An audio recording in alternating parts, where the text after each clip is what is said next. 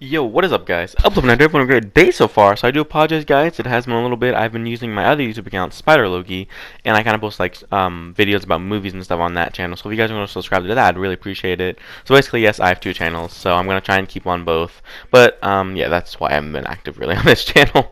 Anyways, I'm gonna try and get back onto it, like I said. Okay, so obviously you guys can see the title. This is my review for Call of Duty Modern Warfare 2019, obviously.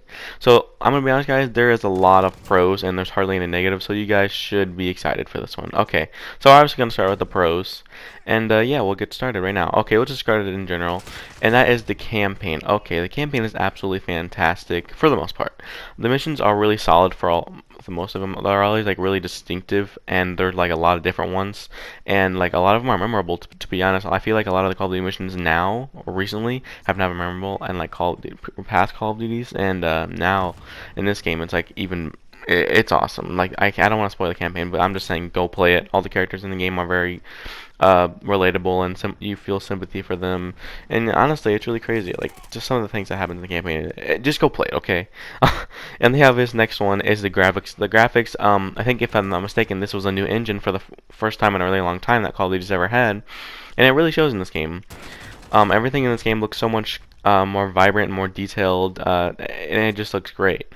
Um, the next thing that I really think holds this game up the most is the gunplay. I feel like the gunplay is very realistic. Well, not obviously not super realistic because you can't jump and shoot someone. That's kind of stupid. Anyway, you know what I mean. Like the movements and everything look very realistic. Like when you move and jump and everything just looks so realistic, and it looks real life. It's really crazy. But yeah, that's a really great feature that they added. The next thing is that the kill streaks in this game actually feel powerful and amazing, to be honest. Like in the most recent Call of Duties, we've had like weak kill streaks, like World War II, for example, that terrible kill streaks.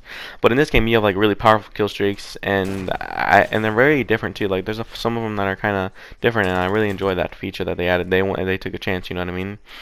The next thing is that the gunsmith is really awesome. If you guys don't know what the gunsmith is, it's like this huge kind of you get it's kind of like your credit class, right? But for one specific gun, you get like maybe 30 attachments or something, which is honestly overwhelming, but it's honestly a good thing at the same time because you can have a huge variety of picking what attachments you want on your gun. But it's great. And this next thing is kind of just for me personally, but I think this is actually really good that a feature they added is that you can edit your loadouts in a match, meaning if you want to change your sight in game, you can do that. So meaning you don't have to do it before the match starts, so you don't have to you're like, oh, I don't like this site, so I'll just change it right now.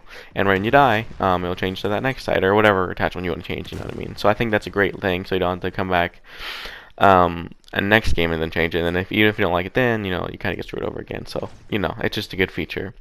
And the next thing is that Ground War is perfect for COD. If you guys don't know what Ground War is, it's the basically kind of Call of Duty's version of Battlefield. And I don't really want to compare it to Battlefield because it's way different. It's not really way different, but it's a little different because Battlefield is meant to be huge game types, but this only is like one game type, I think. Um, and honestly, it's very good. Like all the maps in Ground War, I think are really solid, and you can drive vehicles, and it's pretty great. Like I really enjoy it. Lots of buildings you can go into, which is really surprising. And yeah, not really gonna expand, but just Ground War is great. Like it's not gonna be as great as Battlefield because you can't blow things up or anything like that, but it's Call of Duty's version, and I really appreciate it. I hope they keep doing it in the future. I think it's really way more playable than Battle Royale, like Blackout and Black Ops 4. That got really boring after a while, and I found myself playing not Gunfight, Ground War more than I have the multiplayer recently, which is really odd for me to say about a Call of Duty game. But yeah, it's very fun.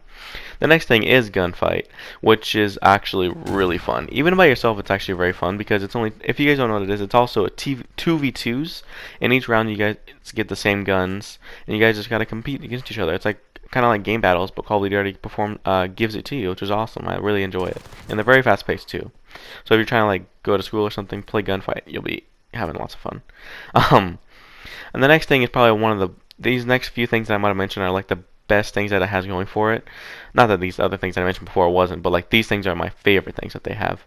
The first thing is that the DLC in this game does not cost a penny, and I think that's honestly a very smart idea because think about all these games that haven't had DLCs cost recently, like Fortnite. I mean, not as much as anymore, but had no DLC cost, right?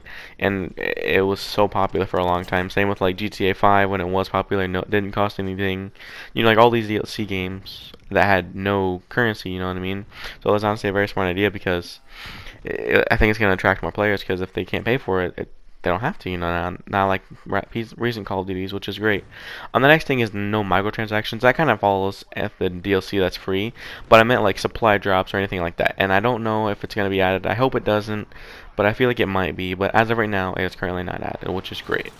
And the third thing is that it's crossplay. I think this is one of the biggest features in the whole thing.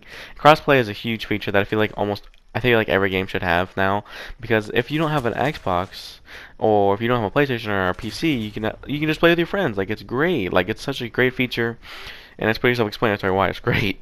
The next thing that is another personal opinion, and that's that you can use a keyboard and mouse on the PS4. I don't know if you can use it on the Xbox One. I don't have it on the Xbox One, so I can't tell you.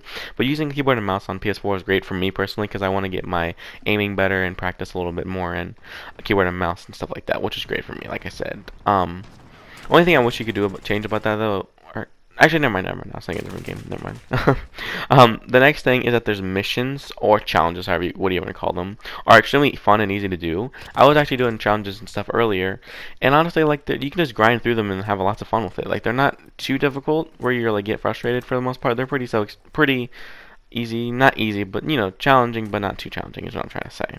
Now that's all of the pros I can think of as of right now. I'm sure I can come up with some later. I'll probably think of them all when I'm finished with this video, but of course I can't think of them now. Now there's only 4 cons I can think of, and that the campaign has like a few kind of stale missions, and it's like I feel like it's kind of whatever, because I feel like no game can be perfect, especially when it comes to campaign. But like I said, for the most part, the campaign missions are pretty solid. A lot of them are very different from one another, and I really enjoy that. But the campaign missions, like 3 of them I specifically remember, are kind of plain, but otherwise it's great.